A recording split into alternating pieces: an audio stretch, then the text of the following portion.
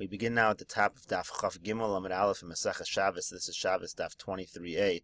The Gemara is discussing when it comes to the Neiros of Chanukah, is Hadlaka Osa Mitzvah, is the lighting the main part of the mitzvah, or is Hanacha Osa Mitzvah, is the placing down of the menorah the main part of the mitzvah? And the Gemara now is in the middle of a proof from Rabbi Yoshua ben Levi, and the Gemara says, Ashashis, Shahaisa Dolekes, Vaholeches Kol Hayom. So Rabbi Yoshua ben Levi says, if you have an Ashashis, Rashi says lantern, no, it's a lantern. So I have a lantern that's lit the entire day of Shabbos, to Kol Hayom Kulo, the whole day of Shabbos. L'motzoi Shabbos, Mechabe Umadlika. On Motzei Shabbos, I could put it out, light it for the mitzvah of Chanukah, and that's how I can fulfill the mitzvah of Chanukah. So the Gemara says, I amrit bishlama hadlaka osa mitzvah shapir. If you say that the lighting is the mitzvah, that this statement of Rabbi Yoshua ben Levi makes perfect sense. Elo I amrit, but if you say hanacha osa mitzvah, that it's the placing of the item, the placing of the menorah that makes the mitzvah. Hai mechave umadlika. It shouldn't have said he puts out, he extinguishes the flame and he lights it. Mechave umagbia umenicha umadlika mibayla. It should have said he extinguishes the flame, he lifts it up, he places it down, and he lights it, because the placing is part of the mitzvah. So therefore, this is a proof from Rabbi Yoshua ben Levi's statement of Hadlaka Osa Mitzvah. The Gemara now brings another proof. V'yod, and further, since the bracha that we make on the Neiros Chanukah is lahadlik, shmamina, Hadlaka Osa Mitzvah, shmamina. You see from this that what is the main part of the mitzvah? It is not the hanacha, but it is the hadlaka, the actual action of lighting. And the Gemara continues, V'hashta da'amrinan hadlaka osa mitzvah. Now that we have concluded that hadlaka is the mitzvah, hidlika cheres shota v'katan lawasa v'lo klum. If a cheres shota or katan lights the menorah, it's not going to be anything, because that's the main part of the mitzvah, and they're not b'nei mitzvah. An isha, a woman, v'adai madlika, she certainly can light Chanukah candles. The Amar Rabbi Yoshua ben Levi, because Rabbi Yoshua ben Levi said, Nashim chayavas b'ner Chanukah, sha'af hein hayu ba'oso hanes. Women are chayiv in ner Chanukah, because they too were included in the miracle. Rashi explains, Hayu ba'oso hanes, shagazru yevonim al kol besulos hanesuos, lihiboy letafser tchil. So first of all, Rashi says, the Yevonim had a gezerah on all besulos who were getting married, that they had to have be'ilah with the general, essentially, first. He would come first to have relations with the besulos. And then the Rashi continues, ve'al yad isha nasa hanes. Also the miracle, or one component of the miracle that happened on Chanukah, happened through a woman, and that the Rishonim will leave off for now, but the Rishonim discuss exactly what miracle happened through a woman in Chanukah. Gemara now continues at the two dots. Amar Rav Sheshes says, Achsenoi chayiv b'ner Chanukah. Somebody who's a guest is chayiv to do ner Chanukah. Amar Rav Zera said, Mereish ki avina bei Rav. Originally, when I used to be at the house of Rav, Mishtatafna beprite bahade ushbiza, when I was in the yeshiva of Rav, I would always join together. Whoever was hosting me, I would give them some money, and that's how I would join in the mitzvah of lighting Chanukah candles. Basar de nesive itza, but after I got married to a woman, Amina, I said hashta vade lo tzrichna. Now, certainly it's not necessary to kamadlaki olai bego beisai, because they're lighting for me in my house. Of course, this is really just a continuation of the Gemara earlier, which said women are chayiv in ner Chanukah. So now he says, when he got married, he's yotze with his wife's lighting. Gemara continues here. Amar Rabbi Yoshua ben Levi. Rabbi Yoshua ben Levi says, Kol hashmanim kulon yofen lener v'shemen zayis min hamuvchor. All oils are good for lighting the candles of Chanukah, but shemen zayis is the best. That's olive oil is the best to use. Amar Abai said, Mereish hava mahader mar amishcha deshumshemi. From in the beginning, the master, who again is Abaya's Rebbe, is Rabbah, so he used to, in the beginning, he used to pursue oil that was made from sesame. Amar hai moshech nehori tvei, because he said this draws a good light. Kevan deshama lo lahad Rabbi Yoshua ben Levi, but when he heard this statement of Rabbi Yoshua ben Levi, that it's preferable to use olive oil, mahader amishcha dezeh, so then he pursued getting olive oil. Amar, and he said, hai tzolil nehori tvei, this has a clearer light, and therefore it is preferable. V'yamar Rabbi Yoshua ben Levi, another statement from Rabbi Yoshua ben Levi, Kol hashmonim yofen l'diyo v'shemen zayis min hamuvchor. All oils are good for making diyo. Diyo is the ink of a Sefer Torah, but shemen zayis is the best. Iboilu, they asked, what do you mean to say shemen zayis, legabel o la'ashin? Are you talking about for the kneading part of the procedure, or the smoking part of the procedure? Rashi here explains what the procedures were to making the diyo. So Rashi says, "Legabel matzasi b'teshuvas hagaonim." He says, I found in the response of the gaonim shema'ashnin klei zechuchis ba'oshon shemen zayis ad shemashchir. This is part of the process. They would smoke glass using the smoke of shemen zayis till it became black. V'gor hashachruris. They would then scrape off the black particles. V'nosin bo shemen kima, and put in a little bit of oil, and that's the kneading process. So there was oil involved in smoking the glass, and oil involved added in after you scraped off the black substance. You would then dry it. He would then dry it in the sun, and then he would melt it into this diyo. So that's what. So then the Gemara asked, well, which one is shemen zayis good for? Is shemen zayis good legabel? Is it the oil that you want to use in the kneading process? Or is it la'ashin, that's for the smoking process? So the Gemara brings a proof. Tashma bring a proof. To Tani Rav Shmuel Bar Zutra, because Rav Shmuel Bar Zutra taught, Kol hashmonim yafin l'diyo, v'shemen zayis min amavchor bein legavel bein la'ashin. Shemen zayis is the best for diyo, whether you're talking about kneading it, whether you're talking about smoking. Rav Shmuel Bar Zutra, Masni Hachi, Rav Shmuel Bar Zutra taught it as follows, Kol ha'ashonim yafin l'diyo, all ways of smoking are good for the diyo. The shemen zayis is best. That would mean that shemen zayis is best in the smoking process. Amar Rav Huna says, Kol hasrafin yafin l'diyo, v'seref usraf ketef yafin mikulam. Usraf ketef yafin mikulam. So he says that all kinds of sap are good for diyo, but the sap of ketef, that is the best of all of them. Rashi explains here. Rashi says, Ketef prunil shel ya'ar kemosha anu osim mishel sraf. And what Rashi here is referring to when he says the frunil shel ya'ar, this forest frunil, is referring to the balsam. So that kind of, the sap from the balsam, that is the best kind that you can use for making the ink. Gemara now continues at the two dots. Amar Rav Chia bar Ashi Amar Rav. Rav Chia bar Ashi says in the name of Rav, Hamadlik ner shel Chanukah. If somebody lights the Chanukah candles, tzarich levarich, he needs to make a bracha. Rav Yirmiyah says, Haroa ner shel Chanukah, tzarich levarich. Somebody who sees the Chanukah candles needs to make a bracha.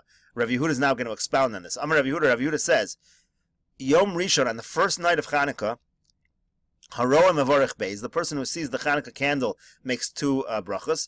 Umadlik mevorich gimel, and the person who's lighting the Chanukah candles makes three brachas. Of course, on the first night, you're going to make a shehechayanu, you're going to make a sha'asa nisim, and the person lighting is going to also make lahadlik ner.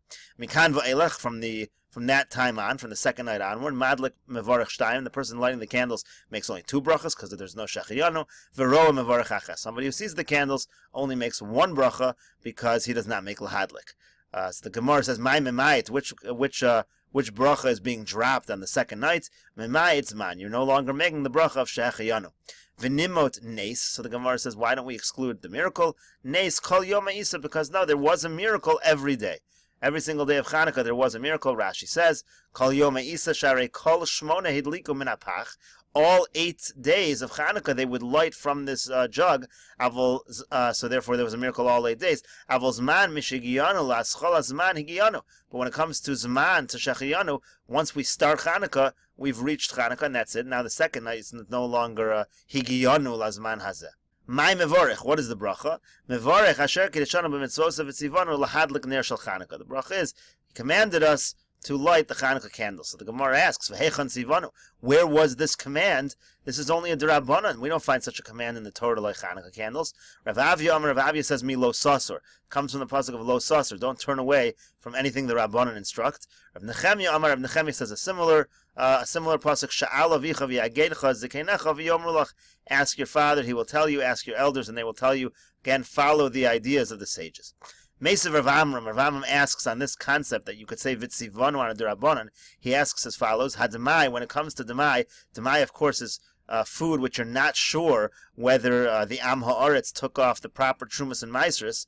So when it comes to demai, ma'arvin bo, or mishtatvin bo, you can use it for eruv, you can use it for shitufei mavos, or mevorchen olav, or mezamnin olav, you can make a bracha on it, you can make a zimun on it, umafrishin oso aram, and you can even separate trumas and maasros from it. The person can do it when he's naked, ubein hashmashas, and he could do it also at bein hashmashas, meaning normally you're not supposed to, and when it's bein hashmashas of Shabbos, you're not supposed to separate maasros. When it comes to demai, you're allowed to. So the Gemara asks, V'i amrit kol midrabanan by bracha. Now, if everything that a person did midrabanan required a bracha, so hacha ki koi aram hechi mevarech. How are you making a bracha when you would take off the maasros of demai? You would have to make a bracha. It's a drabanan, and yet you're not allowed to make a bracha when you are aram. When a person's naked, they cannot make a bracha. So how would that work? For brachas, it needs to be machanecha kadosh. Your camp needs to be holy. So Amar Abaye says, V'adai de divreihem boy bracha. Certainly, when you have a certain drabanan, then it needs a bracha. Safek de divreihem lo boy bracha. But in the case of demai, the entire drabanan is based on a safek. We don't know whether the Amarts took off maasros, so that's a different situation. No bracha is required. The Gemara asks, V'hayom tev sheni, the safek divreihem hu boy bracha. What about the second day yontiv? We make in chutzlar, it's the second day of yontiv. That's out of a doubt, and we make brachas on the second day yontiv.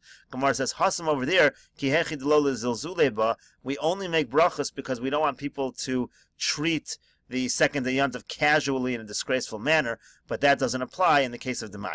Rava Amar Rava says a completely different answer. Rov amei ha'aretz ma'asrin. Most amei ha'aretz do take off the proper maasros, and the fact that we're separating demai, we're separating maaser again, is really just a chumrah. It's not even really a suffix. It's not really a doubt whether maasor is taken off. It's just something we do as an extra chumrah. On that, we would not make a bracha. Gemara continues at the two dots. Amar Rav Huna says, Chotzer sheyesh lo beis psachim tzricha shtei neiros. If you have a chotzer that has two doorways, two ways to enter, you need to put Hanukkah candles at both doorways. Amar Rav, and Rava says, Lo amar elam mishtei ruchos. That's only true if it's on two separate sides of the chotzer that you have these entrances.